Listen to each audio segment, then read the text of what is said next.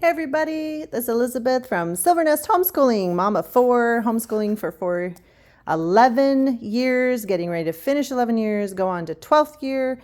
And today I am showing you what my 7th grader, going into 7th grade, daughter will be taking for world history next year. And I did want to start with a caveat that she has already done a lot of world history. We've done Story of the World with another family series, so she's done that for many, many years. I think she finished 3 years of that, and then everything up to like modern times.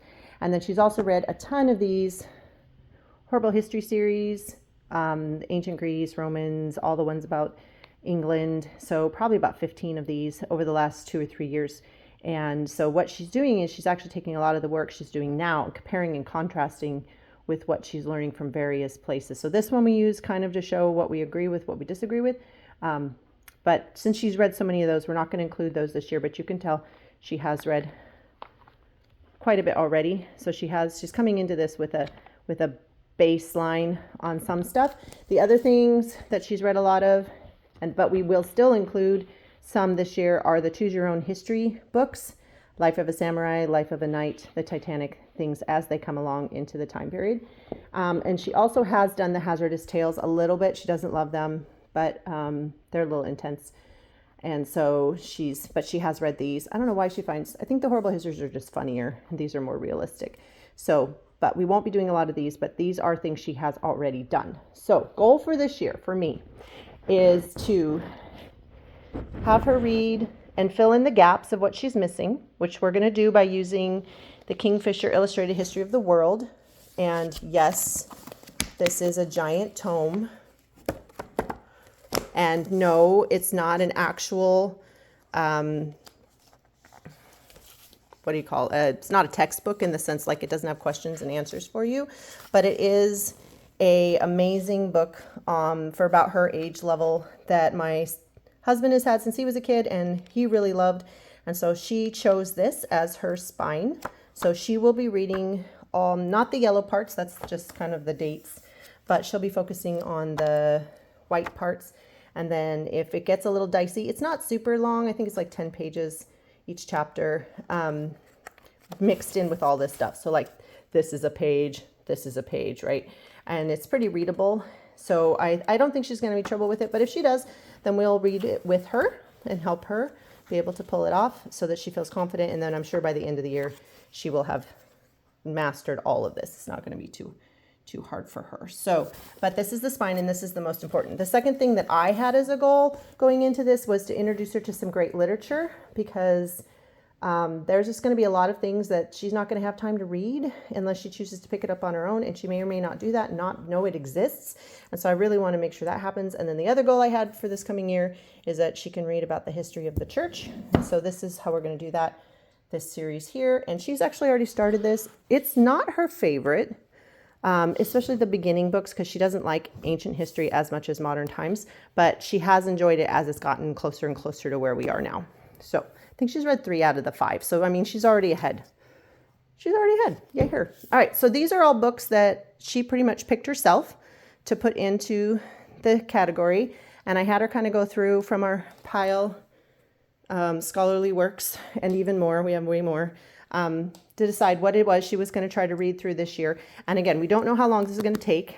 She's going to pretty much do a chapter 3 times a week. So that'll get her to the end of the year. She may do it 4 times depending on how everything falls out. But these are the side books that she's going to read as well. And you can tell there's quite a few smaller books, quite a few sort of picture-y books, but that's because we feel like those can really teach you almost better, especially for visual learners, than big giant tomes, which she already has a tome, so we're good.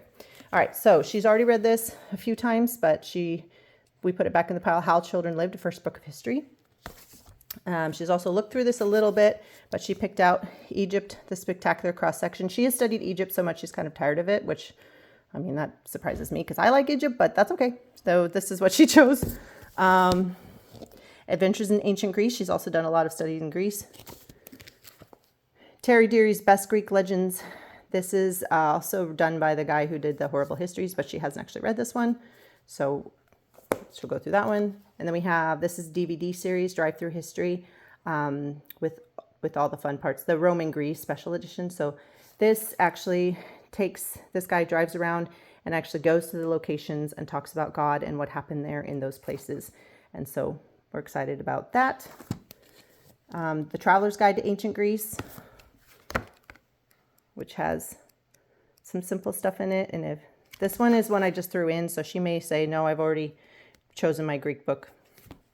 We are going to read Galen and the Gateway to Medicine. And this has a series, and I've been trying to locate some more of the books from the series. If she likes this one, I may throw in some more because we're doing science as well at home. And then this is the literature, the Trojan War and the Adventures of Odysseus. She had a lot of choices, Black Ships at Troy, Bullfinch's Mythology, but this is the one that she decided to choose from. Okay, then we're moving on to other locations in the world. We have ancient China, which if you've seen these see-through histories or you haven't, they actually have a plastic cover that moves. See, this one's a little ripped because I got it used, but it allows you to see the underlay of things. So that's really cool. So that's the one she chose for ancient China. And then this one is more of a textbook type thing, but it does have quite a few pictures. So we'll probably read some of that to her. A lot of her ancestors came from the Celts, and so we wanted to throw in some bit of her history. The Middle Ages, this is just the really fun series from the Magic School Bus. We just like all these, but yeah, she's read this before, but she just wanted to throw it in again. Cross-section Castle, don't be afraid of having your kids be reintroduced to the same thing. You learn more the second, third time around you read it. She's already looked. This one is really exciting for her because I don't think she's looked at as much, even though the older kids obviously have well loved it. This one you don't really read. You kind of look up different people in history, including like Genghis Khan, and learn about their family and a little history. And then we will be doing, this is her choice for Bard of Avon, the story of William Shakespeare. So this is her Shakespeare choice. And then we will be watching or reading some Shakespeare. We have watched and read some before. She's not super intimidated by it, but she also isn't like, yay, which is fine. That's right. That's where the literature is going to come in. It's going to be good. All right. Then on top of that, of course, we have Saladin. This one, she's like, it looks so dry and boring. And it's thicker, but, she can handle it. It's just making herself learn to grow. I think it's important to stretch them, obviously. Whereas the Amazon, the Aztec Empire, yes, I will be looking for an Incan Empire book as well. Where is Machu Picchu? This one again, Amazing Expeditions, Journeys That Changed the World. I think this one, it has, you just choose different people and learn about them and their journeys around. Not necessarily her favorite. She probably won't read the whole thing. But we will go through and find different ones that link to what else we're studying. The Pirate's Handbook. She has a lot of pirate choices. This is the one she wanted. How to Become a Rogue of the High Seas. And we have a lot of board games that I'll do in a different video that go with these. The Incredible Yet True Adventures of Alexander von Humboldt, the greatest inventor, naturalist, scientist, explorer, whoever lived. This is a great book. Much more text to it than it looks like on the outside. Okay, so, but good for science and for history. And then we have The Sinking of the Vasa, the shipwreck of Titanic proportions. This is a pretty interesting story. All right, then we're going to jump over. I'm going to skip this one for now. I'll go back over here. We have some more. This is French, The Huguenot Garden. So looking at some of the history of France from a different perspective. It's a Christian book about the Huguenots having to escape. Out of Darkness, the story of Louis Braille. Anytime I can find some biographies for her that can help her, that's usually a pretty good deal for her. And it's just a great short read. Not a lot of pictures, but it's really interesting to me to figure out how they invented Braille. Born in the Year of Courage.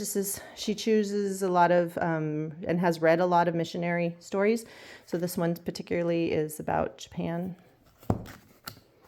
Just So Stories. Again, really want her to get some Rudyard Kipling in. She was given the option of a few Rudyard Kipling options, and this is the one she chose. And we're also choosing Black Beauty for Brit history, and All Creatures Great and Small. I might read her some of this. She thinks the cover is pretty awful.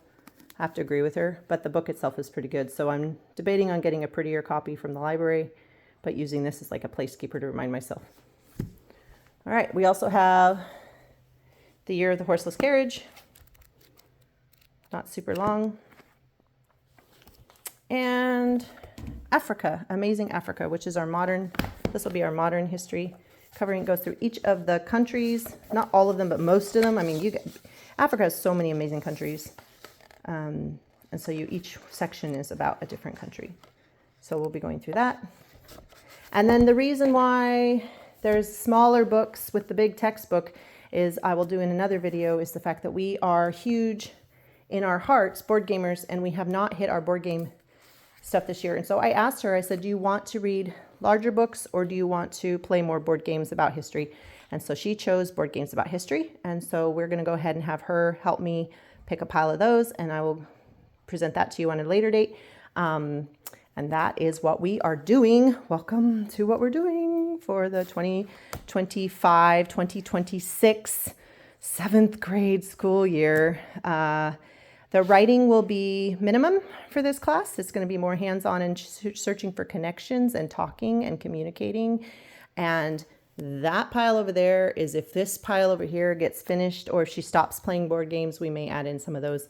And if we do, I will show you what they are. But this is what we're going to be doing for now. So hope that was helpful. Hope you enjoyed looking at all the resources that we had. This is a conglomeration of things that we already owned.